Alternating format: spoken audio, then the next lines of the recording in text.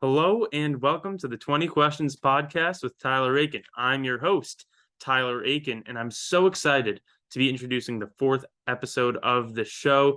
It's going to be a great one, but before we get into that, I do want to point out the new setup that we do have. Got a little bit of sports memorabilia in the background. So that is actually a Jim Boeheim signed S right there. And up here is a brick from the original Fenway Park, home of the Boston Red Sox. And funnily enough, the first episode with this new setup is an interview with someone who used to work for the Boston Red Sox. He went on to work with the Seattle Mariners and the Miami Marlins, and now does work with Boston University, helping with research on concussions and the study of trauma to the head. It's going to be a great episode. We're going to be covering a bunch of different topics. So please stay tuned in for 20 Questions with Matt Roebuck.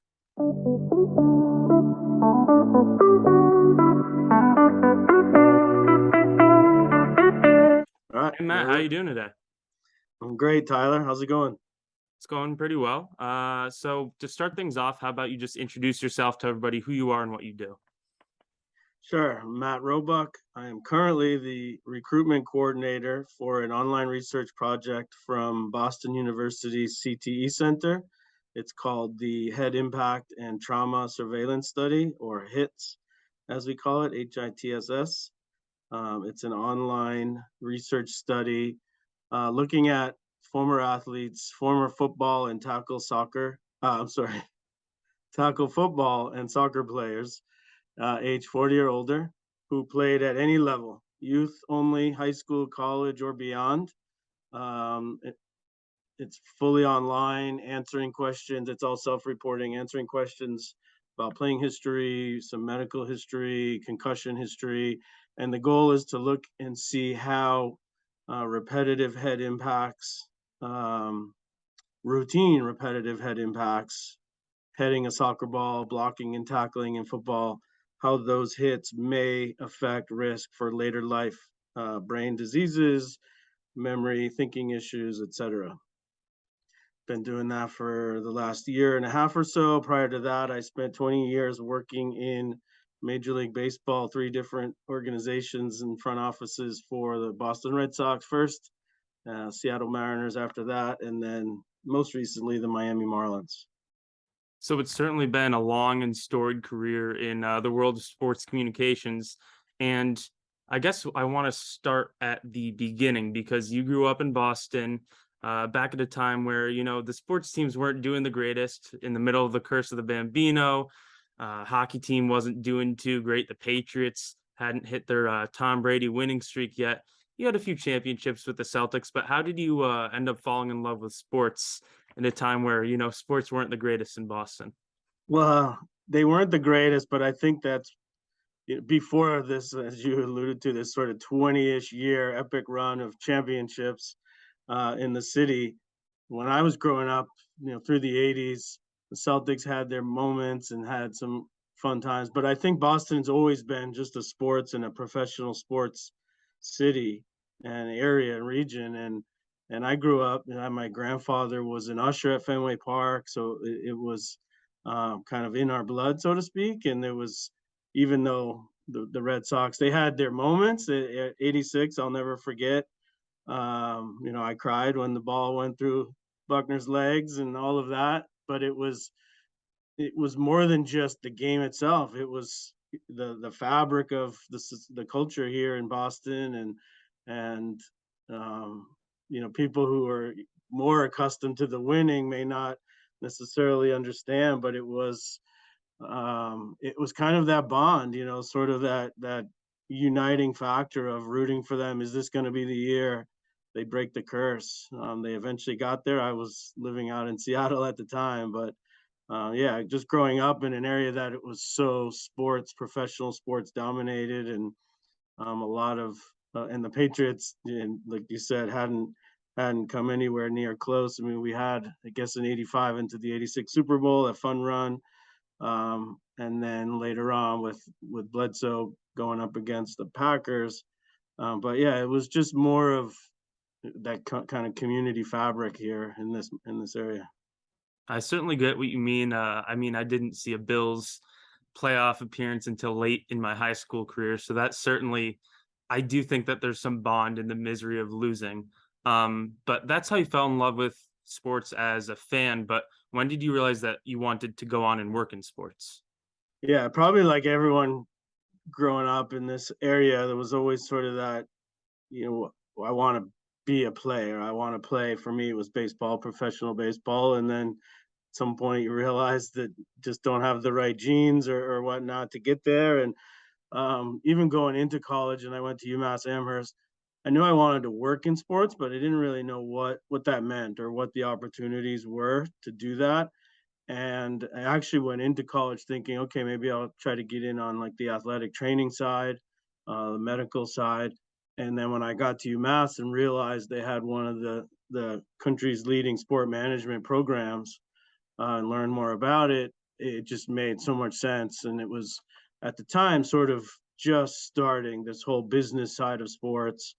Um, and so going through the program at UMass, and then one of the requirements to graduate was having to do an internship, and finding an internship with an organization you think you would want to get into. And I still truthfully didn't ever really think like, oh, PR or communications was where I was going to go. I think somewhere in the back of my mind thought, okay, maybe an entry point into baseball operations or something like that. But so I was fortunate enough through UMass to land an internship with the Red Sox, which is where I started my career in their PR department. And it was a lot of fun. And I guess I was sort of good at it. I mean, I made a 20-year career out of doing it, from Red Sox on to Seattle and then to Miami. Um, and it was just meeting so many different people and personalities, and trying to help media members get interviews, and trying to help athletes and players understand why the interviews are so important. It was just, it had its rewards, both from, personally feeling like you were helping people, but then also the enjoyment of being at a game every night, or being able to eventually move into positions where I was traveling with the teams and things like that. And so you said that you landed that internship with the Red Sox kind of towards the end of college. It was a requirement. How Yeah. how on earth, right out of college, did you end up with the Boston Red Sox? Because that certainly seems like an impressive kind of first position, going straight to a professional team. Yeah, unfortunately, so at the time, and this was a ways back, but at the time, the Red Sox only had one intern in the organization, and so it was a pretty highly sought after position. And so in UMass, as part of the sport management program and the requirements, there were a lot of candidates applying for it. And I just kind of went through the interview process and sold myself. I had taken a summer job the year before, and I think this may have shown a little bit of commitment to the craft. But the year before, I took a summer job at a company. It's no longer in business. It was called How Sports Data here in Boston, and they were doing all of the minor league. We were inputting all the statistics on computers overnight. Fax machines were rolling in all the box scores from all the minor leagues throughout the country, and my hours were from 10 at night to 6, 7 in the morning once we finished the last game. And we were just manually inputting all of the box scores, so that the teams, the organizations would have stats on their minor league players. How was the official statistician of minor league baseball? And so I think, taking that position and showing my commitment to working overnight and working the funky hours probably helped my case when, sitting with the Red Sox executives, and showing them and being able to show them through that I was committed to long hours and nights and weekends and all that fun Yeah, they stuff. they definitely knew you were going to be a hard worker. But you probably definitely had to work hard once you got to the Red Sox. It doesn't go smoothly right away. So what were some of those struggles that you faced in your first few years kind of trying to get acclimated to working in professional sports? Yeah, it was interesting. I mean, it's sort of that dream job, and I would say right out of college. To your point earlier, right, coming right out of college, growing up here in the Boston area, it was a dream job. But it was sort of irrelevant of what I was actually doing. It was just, okay, I worked for the Red Sox, but what does that mean? And it was a lot of nights, weekends, long hours.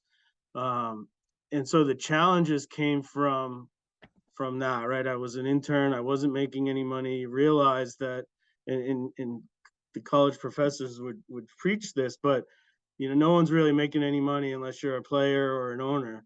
And particularly as an intern, you're not making any money. And you quickly realize that while I'm working all the games, my friends are going to the games and enjoying themselves in the stands and all that type of stuff. So there was a period of time where it was, had to remind myself this was the beginning of a career, hopefully, or a journey, hopefully, and not to look at it, so short-sightedly that it was paying my dues, putting the work in to hopefully grow it into a career where I could make some amount of money and have a little bit of a balance. But it was hard early on where, and this is definitely kind of dating myself here, but um, I was one of the first people I remember. So I was working even when the team traveled. With the Red Sox, I didn't travel with the team at all, but I was still working whenever they played 162 games. I was doing game notes for every game, which is basically sheets of paper that the broadcasters and media use with statistics and information. So I was writing those up and got great experience doing it, but I was faxing every team. So if the Red Sox were playing, say, in Anaheim or Baltimore or wherever, I would have to fax over the game notes to the home team, call their PR director or their PR department and say, "This is Matt from the Red Sox. I just faxed over our game notes. I want to make sure you got them." And they would say, "Well, page 3 came out a little, crooked. Can you resend page 3?" And so I'm doing this, again, nights, weekends, holidays, and I was one of the first to start asking teams if they had an email address, which sounds crazy now when you think about it. But my dad was a computer teacher, and so we had early on, some email access, and I think it was AOL at the time. But in some teams, I'd call and say, "Is there an email address I can try to send these to?" And people on the other end were like, "I'm not sure. Let me see if someone has one or a personal account." And so definitely dinosaur of it. But it was those types of kind of moments where it was like, is this for me? And the hours, like I said, the holidays that I had to work while people were traveling throughout the summer, and I wasn't at the game, so I didn't really feel kind of the benefits of being there. It was working remotely and just, then again, the intern pay was not. I think I started, it was $500 a month as a stipend, and then plugging away at it and showing the commitment to making a career out of it. But we made the playoffs one time in my 3 years there. um, but again, the cool factor of Fenway Park was my office, and where else would I rather be, right? Yeah, you're not quite on the field yet, but you worked really hard through those 3 years, and then you ended up getting the call to the Mariners, which was quite a promotion. So, what was the recruitment process like for that, going from an intern for the Red Sox, getting recruited to the Mariners? How did that work? Yeah, so a lot of luck is involved in all of this, and that was definitely a luck for fortuitous opportunity, I guess, because the Mariners were in Boston playing at Fenway Park, and their PR director, who was the assistant PR director at the time, and I was, again, the lowly intern, and he gave me this press release and asked, as part of what I was doing, my task said, can you make 100 copies of this press release to distribute, to our media and the press box. And the press release was basically his boss, their PR director, was moving into a new role. There was some organizational changes, and he was getting promoted to PR director. And so as I was reading it, I asked him, "So who's going to replace you as the assistant?" And this was kind of late, maybe, late summer, maybe around this time. And he said, "It's a great question. We probably won't do anything about it till the off season, but if you're interested, send me your resume." And I said, "Absolutely. I could probably give it to you before you leave town." And he said, "Well, let's wait till the off season." And then off season came, and I reached back out to him and followed up to see if they were still opening up the search, and they were. And again, went through the process. And we had at the Red Sox, Lou Gorman, who was a Red Sox longtime GM. He was in more of a figurehead position at the time with the Red Sox, but I had gotten to know him well. Well, prior to early in his career, he worked for the Mariners, And so he was able to put in a couple phone calls for me to some Mariners folks. And I think just kind of being one of the first people that Tim Heavily was the person I ended up working for in Seattle, being able to sort of be there when the opportunity arose was definitely luck. But I think that just showing the commitment to wanting the position helped. Yeah, be there in the right moment and at the right time, but then you got to work it once you actually Yeah, get you that got to be position. be ready to take advantage of it when the door opens.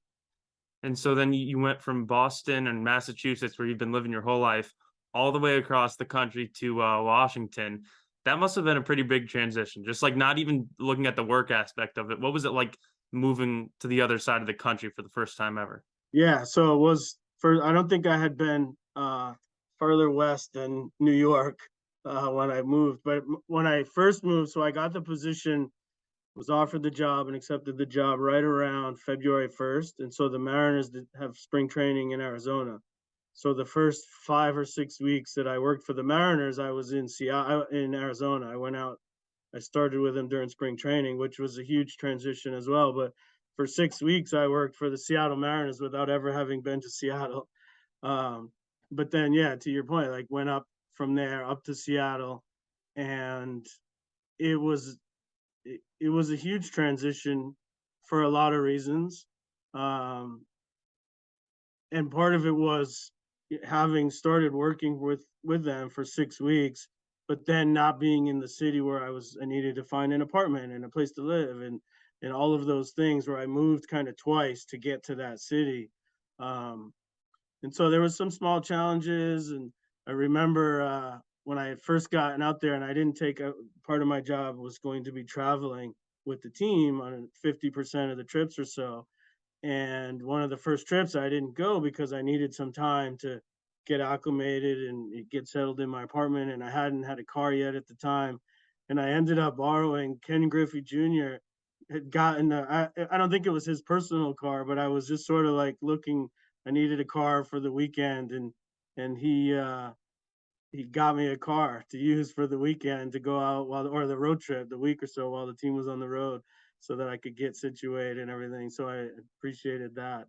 Um, but it was an adjustment from the time differences, and my family being everyone I knew literally was back on the East Coast, and time changes. And it was an adjustment for me to get used to. I thought I would enjoy kind of waking up and having sports on earlier in the day, starting at say 10 o'clock in the morning. But what I didn't enjoy was by 7 o'clock at night, everything was over. There was no kind of late night games on or anything to unwind to on TV. But and then I was there 6 years. And by the time I left, it was one of those things where I knew to advance my career, I was probably going to have to move on. Just kind of the way it works was, I went out there as the assistant director of baseball information, and to move up the ladder, I figured I'd probably have to move on to a new city. And by the time I was there 6 years, and I was just starting to finally feel comfortable out there and adjusted, and then life happens, and I was ready to move on. Yeah, I didn't even think about the no late night sports aspect of it because that I would definitely struggle with that when you get home Yeah. late at night. You want to flip on like a Washington, California football or basketball game. You can't do that anymore, Well, which they're does all, not sound fun. yeah, they're over by, they're by 9, 10 o'clock, everything's Mhm. over.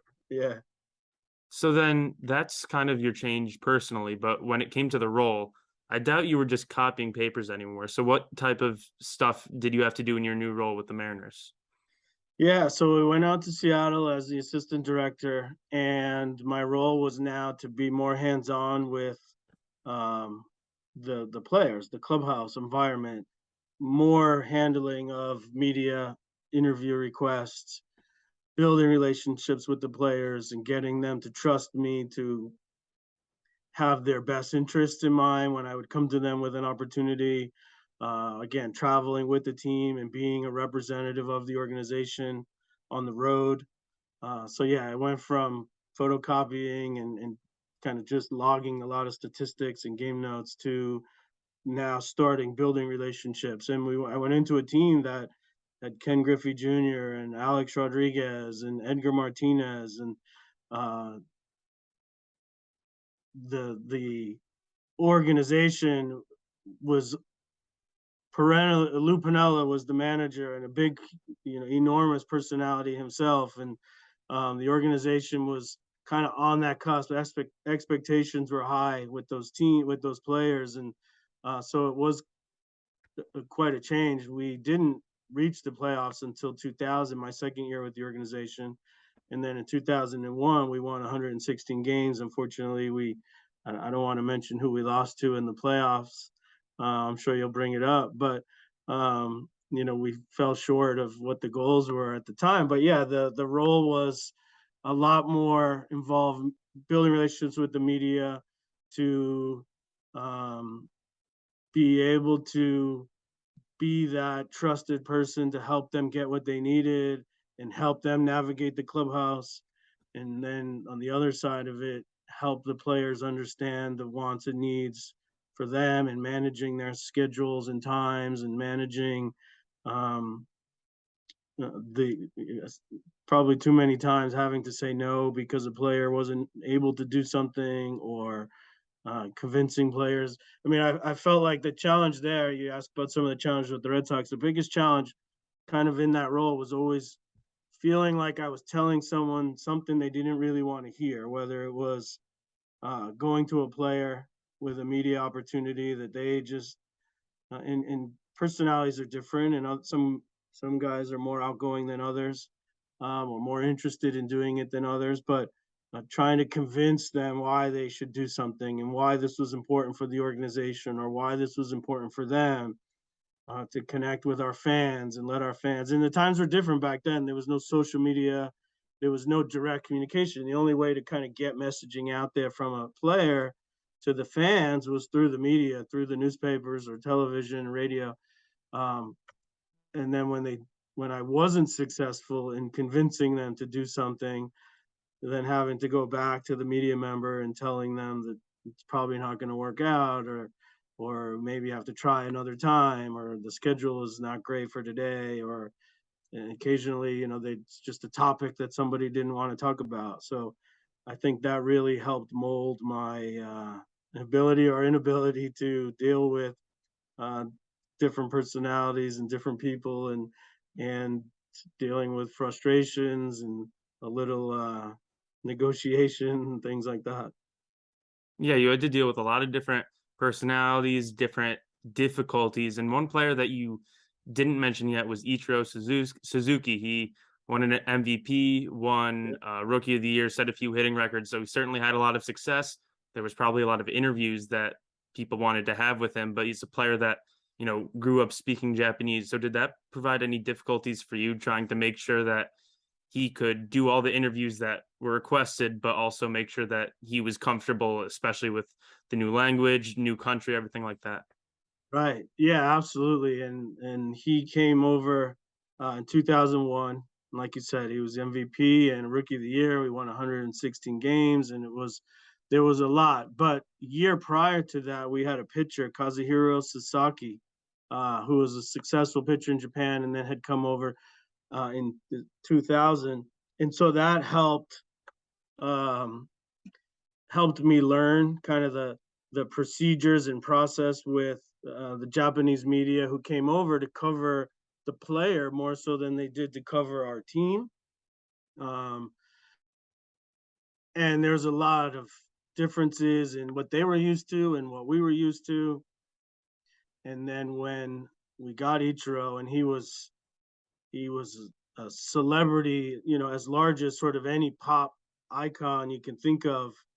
Um, in Japan, I mean, the entire country would literally like stop and watch his at bats, and we had national Japanese television outlets would broadcast just his at bats from our games in Japan, and we had 100 or so media members come over from Japan who were there to cover one player. I mean, the wins and losses, and say it didn't matter to them, but it only mattered in how Ichiro factored into the win or the loss, right? And so that was their coverage of him was, and they were here to cover him as a celebrity, as a baseball player, as he was the first position player, as he made the transition over, uh, and it was for him, it was 24 hours a day.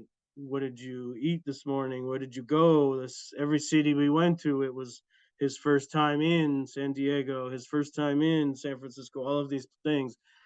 And so there was a lot of challenges. There was language barriers, obviously. There was cultural differences, and it was just a lot of trying to. I mean, for me, asking questions of media members and what they were used to and what we could do to help. With Ichiro, he started off not wanting to use an interpreter because he wanted to try to learn the language as quickly as possible. But it got to a point where he needed to use one just to make sure his messaging and his thoughts were portrayed appropriately. So there was a lot of those types of challenges. It was fun. Winning 116 games was extremely fun. Again, we fell short to, I think, your favorite team, but Yeah, I do want to move on to more the whole team a little bit. And I'm less so worried about how that season ended because, yes, I'm a Yankees fan. The Yankees did have a nice postseason run there. But I think I'm more interested, what's it like being a part of a team who wins literally the most games an MLB team has ever won? I mean, the media frenzy surrounding that team back then must have been absolutely crazy. So compared to a typical year, what was that like for you? Was it a lot different with a winning team, your job, compared to when the team's just average? yeah, I mean, that year was kind of the perfect storm in that it was Ichiro's rookie year. So whether we won 116 or lost 116, it was going to be a lot anyways with all of that media there for him. We were hosting the All-Star game that year. We hosted the All-Star game that summer. So there was a lot of attention. There was um, we had just traded Alex Rodriguez that offseason. So there was a lot of attention on how the Mariners, we made the playoffs in 2000, but then came back with sort of a new core, I guess, with Alex being gone. And it was maybe not a new core, but Ichiro was now there. Alex was gone. We had Mike Cameron, who had come over in the Griffey trade with the Reds, and with a couple other players, and Brett Boone we brought in as a free agent. So there was sort of these new faces of the Mariners. But yeah, winning 116 games sure beats losing. I mean, it makes it easier to go into the clubhouse. Basically every day, everybody's happy. And for me, it certainly made my job easier because most of the time everything's positive and happy and the stories are easy. Um, yeah, it it didn't impact me in the way of like I didn't have any impact certainly obviously on wins and losses, but it made my job easier. It made it more fun to go to work every day. It made those early mornings after night game, day games after night games easier to wake up to for. Um, and I've been on the other side. I think a year or two late, not a year later, but a couple of years later in Seattle, we lost 100 games and we're close to it. And then in Miami, we lost our fair share, quite a bit of games. And it's just a lot more fun, obviously, and it's obviously a lot more fun, but it's a lot easier when my job is to deal with the players and deal with the manager after every game, being one of the first people he sees and getting him to go do his media stuff. You know, the winning is obviously it's fun, but it also makes it easier. Yeah, when you're losing, you don't want to be the messenger because you're not supposed to shoot the messenger, but those players probably do want to when they get a lot of losses. You did mention Miami, and that's kind of the next location you went to. You became the senior director of communications there, which is another step up. So, how did that feel? You know, you've been you were an intern, then you work your way up a bit, but senior director of communications is a very, very high level title. So, how did that feel to reach that point for you? Yeah, it was. It sort of felt like okay, not to say I made it, if you will, but that was kind of the job. At the time, it was okay. You're the PR director for a major league organization, and it. Um, I guess I said when I started out, I didn't really know where this whole path or journey was going to take me. from the internship with the Red Sox and then getting the opportunity in Seattle, but then getting to Miami, it was more a moment of, okay, now this is my opportunity. I'm the PR director. I have a department to lead, and I have decisions to make, and all of those responsibilities that I felt like, again, it sounds kind of awkward to say I made it, but it was now on me. The pressure was on me. It was my department. It was my decisions, and I was more of a strategist, more of an advisor, and less of kind of that waiting for things to happen in Seattle, where it would be media would come to me, and it would certainly be part of the conversations with my boss and our department as far as strategizing. But now it was my turn to lead and my turn to direct the staff and hire staff and set the tone for the department and set the tone for the organization's communication strategies. Yeah, I certainly don't think you're a very humble guy. I don't think it's awkward at all to say that you had made it once you reached that point at all. But just kind of again going back to the personal side of it. Now you're in Miami. That's the third different corner of the country you've been in. So I think I know the answer to this question, but I'm going to ask it anyway. Where's your favorite spot in the country to work and live? Is it Boston? Well, I think it's probably Boston. I mean, there was a period of time. So I started in Boston, went to Seattle, went to Miami, and I felt like San Diego was next, right? Hit the four corners of the country. And San Diego is a beautiful place. And having been fortunate enough to have visited, I guess, every major league city, there's a lot of kind of favorite cities to visit, um, places to go in different cities. But I think, Boston's home. I'm glad to be home. It wasn't necessarily part of the plan at the time. We started a family in South Florida, was there for 15 years. Um, and so truthfully, there was a period of time early on where Danielle, my wife, Danielle and I got married in South Florida. Um, there was a period of time where it was like, are we really going to raise our family in South Florida? She's from outside of Buffalo, a Bills fan. Um, and we kind of had to stop and say, well, we're here. We need to live here, right? We need to be here. And so it took us a couple of years to kind of wrap our heads around, okay, this is now home. We're going to raise our family here. Both our children were born there. They started school down there. We built a home down there. And so our mindset definitely shifted from, is this where we want to be, to this is where we're going to be. This is where we are. Let's enjoy it. Um, and then 15 years later, the Marlins were sold to a new ownership group, which included Derek Jeter, who understandably so brought in people that he was comfortable with and had worked with before in his career. And so there was a day, and I lose track of time now, but I guess it was the 2017 season. I lose track of time, but that we basically knew when the ink dried on the contract for the sale of the team that a whole bunch of us weren't going to be retained by the new ownership. And that's what happened. And so it was one of those moments of, okay, now what are we going to do? And it made sense to look back at coming back to the Northeast, where my family is still here and it's close to Danielle's family and our kids. It was a tough conversation to have, to tell them we were moving back. But I think now we've been here 3 years, and we've asked them a few times, would they move back to South Florida? They miss some things about it, but I think they're pretty happy here. So life happens, life works out as long as you're prepared and have a plan or make a plan. Yeah. Yeah, it seems like you've done a great job with all the transitions, especially when you don't have time to prepare. It does just kind of gets thrown at you. I think it's really good that you're settled back down in Boston and have been able to pivot quite well.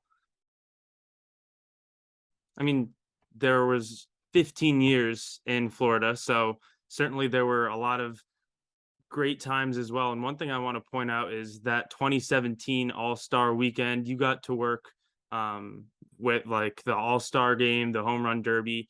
that's kind of one of the biggest sports weekends of the year. So what was it like kind of getting to be on the field and be directly involved with something like that? Yeah, it was a lot of work and it was a Mhm. lot of fun. I mean, that's one of the kind of perks of the job or the cool things about the job.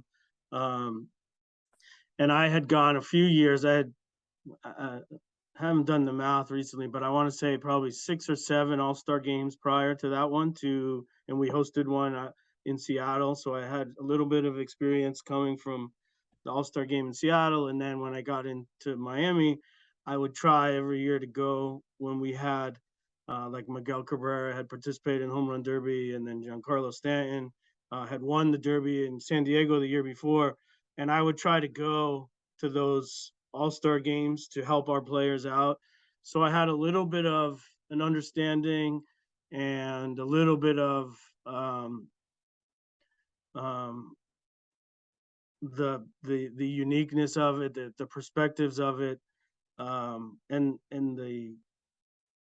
the thrill of it. Kind of, I don't want to say it went away because it certainly didn't go away, but I was able to move beyond that in a time where we were hosting it, because I had been to a half a dozen or so prior, and I had hosted it before, so I had some amount of an understanding. And but it's a lot of work. But that one was special to me because we hosted it. But because we hosted it, I was able to share it with my family. I mean, all the others that I had gone to, I went out, with the players or flown out to the cities and worked. But this one, I had family. I was able to bring my family to the games. I had family come into town and stay with us and experience the games, um, the festivities, the derby, and so that's what made that one really special for me. Was um, the moments that I was able to give and share with others, because it is. I mean, I say it's a once in a lifetime opportunity for so many people, right? Like, I had done it before. And that's the thing about going through all of this. And when you talk about like, oh, I made it or not made it, or kind of the cool pieces of it all, there's so many days where I would just stop and tell no matter where I was, an intern and working in Seattle, working in Miami, and stop and think about like how fortunate I was to be doing all of this stuff, and how um, every night at a ballpark, someone's coming for the first time. It's somebody's first game ever. And never try to lose, for me, never try to lose sight of that. I wanted to look at it almost like that, where it was those moments of this is somebody's first time. And I think back to my first game with my dad at Fenway Park, and how I remember the whole day of like, hey, we got tickets to the game, and all of that leading up to going to my first game, um, and then trying to keep that perspective throughout my career, not only to think about the others, but then just to remind me of where I was and what it meant to me to be there. And so, I mean, truthfully, like, and that ended up being my last year in baseball, um, and so it was that time of like sharing it with everyone, finally being able to give or share it, enjoy it with so many family members. That reminds me a lot of what Joe DiMaggio would talk about, keeping the baseball stories going about how he would always play his hardest because there's always going to be someone out there that might be watching him play for the first time. You always get to Yeah. be bringing new people into the sport of baseball. And if you didn't make it when you got the job with the Marlins, I'd certainly say getting to share that with other people certainly would qualify as making it and bring your family into it. And it just sounds like a really awesome experience. And kind of moving on to this latest portion of your career up in Boston, all your work with Boston University. So you did explain at the beginning what your role has been in there. So how did you originally get involved with the study at BU? Yeah, so I was. It just kind of came across my desk, if you will, where we moved back here after I was let go from the Marlins, and Danielle we came here for her. She had gotten a position here in Boston. Um, And I had spent a little bit of time, a lot of it, probably more time than I thought it was going to be, but spent some time just evaluating what I wanted next, what I wanted to do next, what I wanted in my next chapter, what I enjoyed doing beforehand, what I didn't necessarily enjoy doing. And I wanted to do something that I felt that it felt like I was making an impact kind of beyond what I was doing before. And don't get me wrong, I mean, I enjoyed so many moments of it and was extremely fortunate. And I talk about all of those, sharing it with others and first time at the ballpark moments, and I wouldn't change it, and I would appreciate all of it. But there was, when I had this opportunity to reflect, it felt like, okay, not to sound greedy, but it felt like, all right, now what can I do that's rewarding for me in a greater sense? I mean, there's a period of, or a moment of, okay, what I was doing before was I was helping athletes make it through their interviews, or I was helping uh, journalists get their interviews. And there's some value or some reward feeling of accomplishment, but it didn't necessarily feel impactful in the greater good. It didn't feel like it was making a difference in the world. Um, and now coming up here, our kids, I have two daughters, Audrey and Emerson, two girls who are, they're now 12 and 10 years old. I think they were 9 and 7 or 8 and 6 when we made the move up here. And I had, in those 20 years, I mean, in their first 6 years of their lives, I was traveling a lot. When I was home, I was never home because it was nights and weekends of games, and night coming home and they're in bed and all of those things. And so there was I mean, certainly when we got back here, there was a little bit of, oh, can I find an opportunity with the Red Sox again? But it was also more of, okay, let's focus on me and the family and getting back some of that time. And I still get reminded of the birthdays that I missed when I was traveling with the team and things like that. So when I saw this opportunity, and I was casting a wide net, I was looking at all different industries and places, and I had taken just sort of a temporary position. I was working at the local high school. I had met the high school teacher here in town, and he asked, we just had sharing a story and my story, and he asked me, um, while I was kind of looking for another career job, if you will, if I would be interested in helping them. There was a boy at the high school who has Down syndrome, and they were having the hardest time finding someone who could help him get through his day. And he asked me if I'd give it a try, and it was one of the scariest things I probably ever did.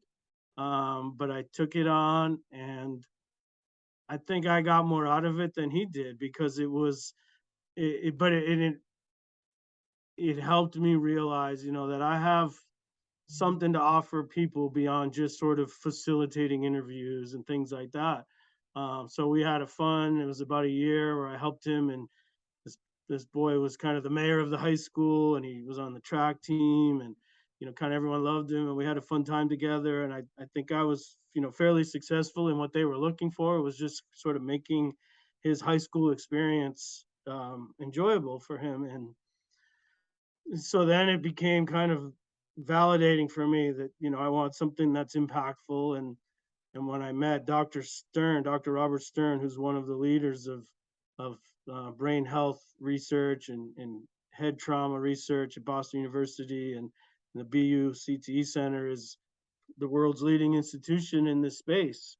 Yeah, so I met I this position I saw online at the BU CTE Center for a recruitment coordinator, and they were looking for someone who had some experience with athletes. And I have no experience in academia or research or science or healthcare, but they were looking for someone who had some communications and marketing experience. And it was I applied wholeheartedly because of my all the time I spent thinking about what I wanted in my next role. It hit on so many levels. Went through the interview process and just spoke from the heart. I mean, I was fortunate enough to be able to feel like I wanted it. I wanted to do right by the job, but if it didn't work out, I move on to the next opportunity. Um, and so I think having that mindset going in helped me because I had no real experience for what they were doing, but I think I had the experience they were looking for. And it's been so fascinating and so insightful for me and inspiring for me because this is real people now, and I've been able to meet with a lot of big names from football and soccer, Hall of Fame type players, and have them share with me their stories or their concerns or why this cause is important to them, and how even in my small little role can help them understand what's going on. And I'm happy to kind of dive into kind of the bigger picture of what the study's all about. I don't want to, ramble for too long on some of this, but um, it has been, and it is still so um, inspiring that when I took this position, I had no idea what to expect. But one thing I wanted to do was talk to those within the game, talk to soccer players, talk to football players to see if this was really something. So the study itself is it's about how head impacts in these sports could be connected to later life brain health issues, diseases, cognitive decline, memory and thinking issues. And so what we want to do, what the researchers in this program want to do is take a look at soccer and tackle football players who played at any point in their lives, youth only, high school, college, or beyond, to see if things like does age of first starting to play make a difference in risk for later life issues? Does gender or race play a role in risk? Um, One of the goals is to close the gender gap in the science. A lot of this research has been done on male professional football players, and not a lot of attention has been paid to women. Um, Questions like, are different positions affected differently? Or does playing at a higher level play a role in those later life issues? And when I started, again, I reached out to people that I knew or people that I knew that were able to put me in touch with people in these sports to make sure it was important to them. And Tyler, it hit me hard to hear these personal stories of concern and suffering and um, for themselves, for their teammates, for their family members. I mean, everybody that I've spoken to, I've been able to speak to about it on any level, not just former professional athletes, but being a parent of youth sports players um, on the sidelines or just in our circles, just friends from previous positions. Everyone has been touched by this in some way immediately. I know somebody, or yeah, my dad, my mom, my sister, my brother, my son. I want to know, is there a safe age for them to start playing tackle football or contact sports, right? So it just hit me in the moment of speaking to these athletes like, okay, it's not just scientists or doctors saying, is there a problem? Let's find out. And we think there is a problem. Let's try to validate it. It was These are real athletes and Hall of Fame athletes, and I can give you some of their names because they've come on board as ambassadors for our project. But Warren Sapp, an NFL Hall of Famer, Michael Haynes, an NFL Hall of Famer, Brandy Chastain, Alexi Lalas, soccer Hall of Famers. I have a letter that I keep here on my desk. 40 former U.S. women's national team members Well, signed a letter of support for this work. And then I've been able to meet with some of them and talk to some of them about becoming ambassadors, members of the famous 99ers that won the World Cup in 1999 in Los Angeles, Pasadena, Brandy Chastain, and a few others. And so these are real names, but they're real people. right? And they have concerns, and they want to push this forward in a way to not just help answer their questions, but help give back to their sport, give back to their game, give back to future generations of players.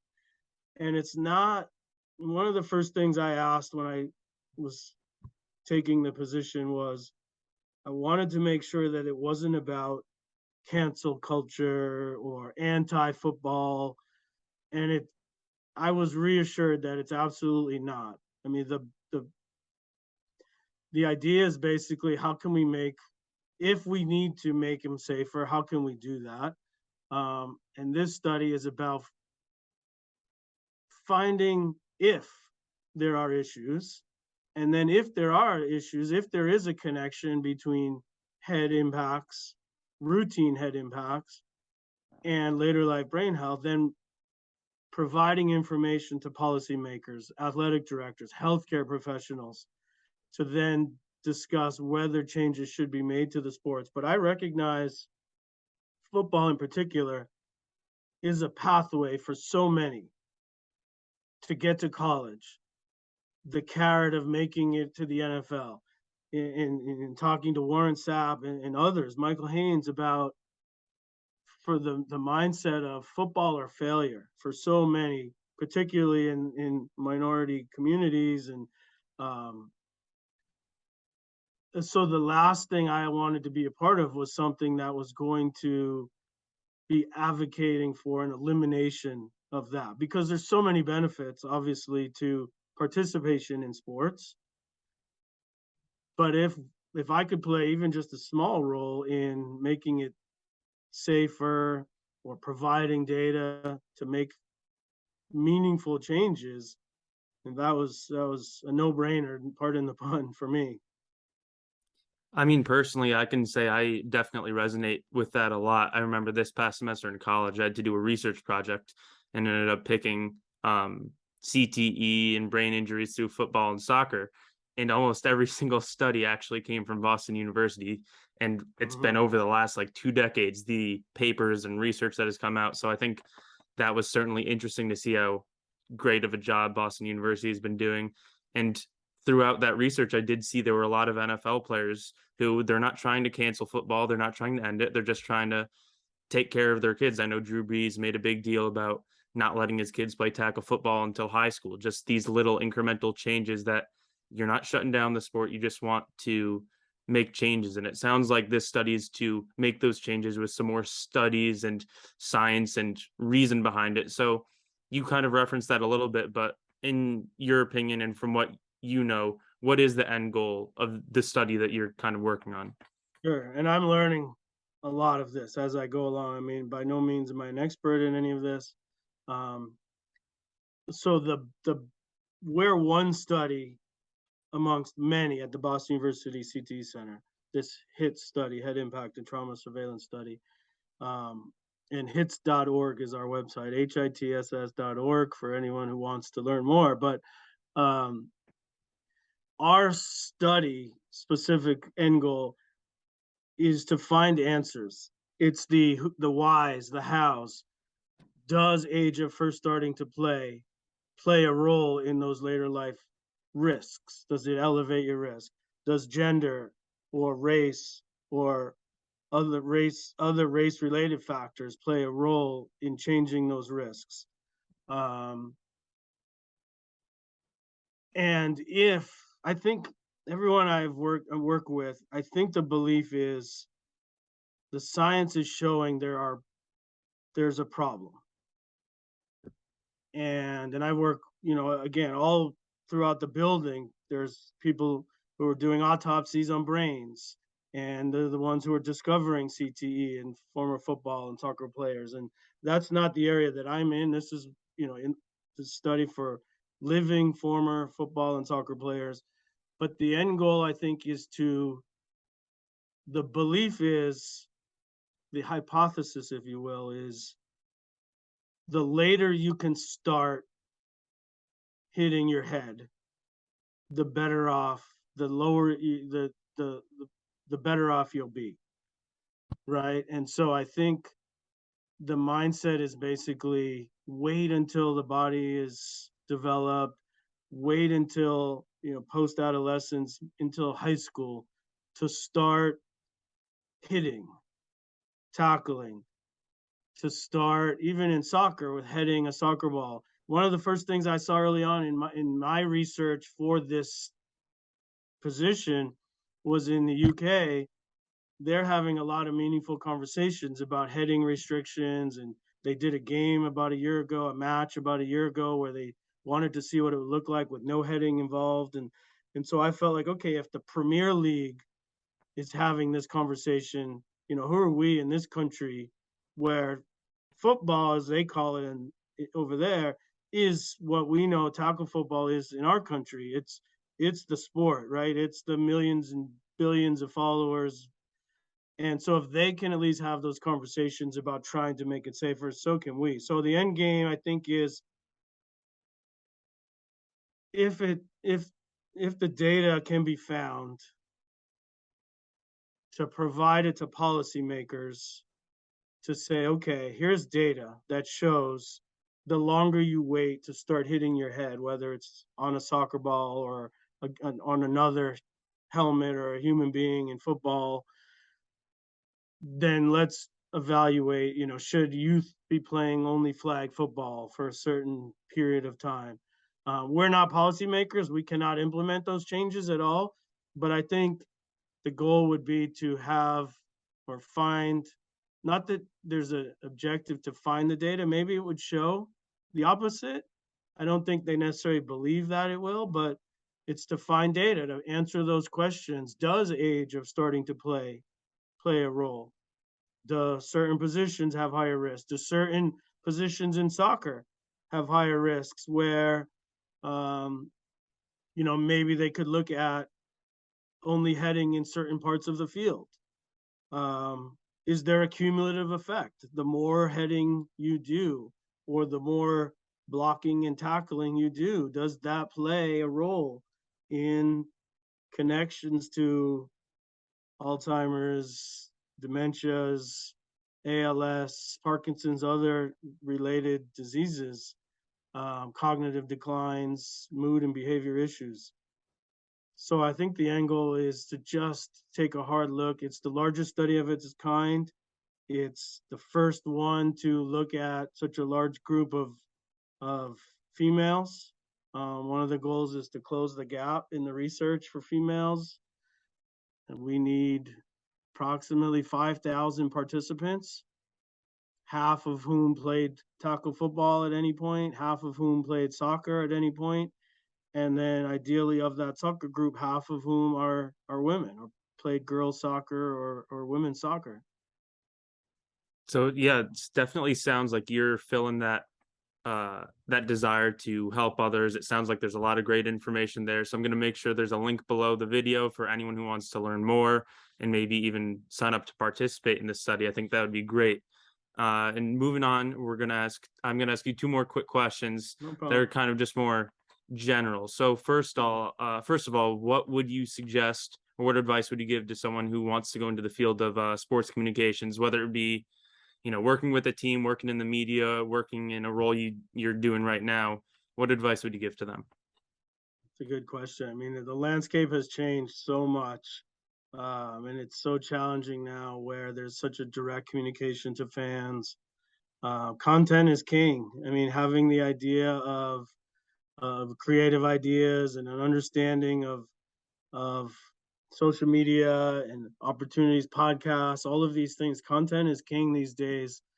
But I think the key is, for me, not one thing that hasn't changed and, hopefully won't change. I think the way we communicate has changed, but I think communication skills is so important. Being able to be a good listener to people when you're around people, and but also being confident enough to impart your opinions. And it has changed so much. I mean, communication has gotten easier to do through technology, but harder to do because of the technology. I mean, reaching out and having conversations with people, having more than a few one word answers with people. It's changing. I don't mean to sound like a curmudgeon old dinosaur here, but I think if you can write well, speak well, communicate well, then you can do anything you want to do. Um, and so I would say, focus on those aspects of it. And again, create content. If your goal is to get into sports broadcasting, then get into sports broadcasting. Create your content and keep doing it. Keep fine tuning your craft to get those opportunities from someone else who will pay you to do it for them. That is the goal, getting paid to do what you love. You did mention bringing up your opinion and making sure you're able to speak up when you have an opinion. So I am going to ask you for your opinion. I have to ask from the expert himself, someone who's worked in professional baseball, who's winning the World Series this year. Do you have a bold prediction there? Who's winning the World Series this year? Who's winning the So World it's Series? hard, having been inside it for 20 years, I find myself rooting for the people in the game more than a team or even more than like on field players. I think about when I see the games, the All-Star games, I think about the people behind the scenes and who's working them and all of those things. And I will say I've only kind of paid attention half-heartedly, which is a little bit sad to me now because having grown up and being infatuated with the sport and obviously having worked within the sport, and now I can't say it's a little bit sad to me that I don't follow it as much as I used to. Um, I'm rooting for somebody different to win it. Um, I know it doesn't necessarily answer your question about who's going to win it. Mm-hmm. It's hard for me to say even who I'm rooting for, but I always look. I mean, I like the Tampa Bay story. I have friends who are on the Orioles staff. I think where they're at right now, it would be great to see them make a nice push to continue to be in the conversation. I think is a great story for them. Um, so I those are where my thoughts always lie. It's not necessarily kind of who has the best team or the best record. I know the Padres, had a nice deadline day, and the Dodgers and the Yankees and the Astros are kind of the Dodgers and the Yankees and the Astros, and they do what they do. Um, but who will win it? Who knows? I mean, now expanded playoffs and you get a hot pitcher and you get in and have your moments, but I think I might be rooting for the Orioles from the perspective of some good friends of mine are on the staff there. A month ago or 2 months ago, I don't think certainly not as an outsider anyone thought they'd be in the position they are now. Um, I have a hard time rooting for anyone in the NL East, just having gone for so many years for all these teams, really being rivals to so many of them in a work environment. Um, Seattle, they it'd be nice to see them break the playoff drought that they've had since I left a long time ago. 2001 was the last time they were in it, and they're right there. They made a nice pickup at the deadline with the starting pitcher. Eh, I don't know. I hope it's somebody different that wins it this year. I think that's very fair. I know we both grew up cheering for our AL East teams, but I've watched the Orioles lose so much over these last few years that I would not be upset at all if they made a little bit of a postseason push. Can't even Yeah, talk. But yeah, right. I like the idea of um, what frustrates me right now about the game is there's so many teams that kind of you're either all in or all out, right? Like the Cubs and the Astros a few years ago kind of proved the blueprint of if you're not going to go all in, then you just go all out. Not to say they're tanking, but there are benefits to taking a few years to build. And so, when I was in the game, kind of every team went into spring training with the mindset of this is what we've done to compete this year, and hopefully some things go our way. And now it feels a little like you're either competing to win 100 games or you're going to build to win 100 games in the future. Not every team is going in. So my point is with the Orioles, I think if you sat back at spring training, they might have said, okay, we're a year or two away from competing. And they might not have said that, but fans might have looked at it as, okay, they're building, they're kind of have that blueprint that the Cubs and the Astros, laid out for everybody a few years ago. But now they're right in it. Maybe they're a year ahead of schedule. So I think that that's what's fun for me. And then again, I know their manager Brandon Hyde and their bench coach Freddie Gonzalez were both coaches with the Marlins, and so I think it'd be great to see them have some success. Yeah, it's always great to root for your guys. That's all the time we have today, but thank you so much for coming on the show. It's been great talking to you. Thanks for having me, Tyler. This was fun. I hope I didn't ramble too much. No, not at all. It was a great conversation. I'd always rather you talk passionately about something than give me a 2-word answer. So, All right. Great. Thanks, Tyler. another big thank you to Matt for coming on to the show. It was a super entertaining conversation, and I learned both about Major League Baseball and the study of brain injuries. And I didn't think I could learn about both at the same time, but I just did. Thank you so much, Matt. It was a great episode, and I really hope you all had a great time listening. If you don't want to miss any content from us or any future episodes, you should follow us on TikTok, Twitter, Instagram. All of those are linked below in the description and are on the screen right next to me. You can also subscribe to us on YouTube to make sure you're reminded every time we post an episode. Thank you so much for listening to the 20 Questions podcast with Tyler Aiken.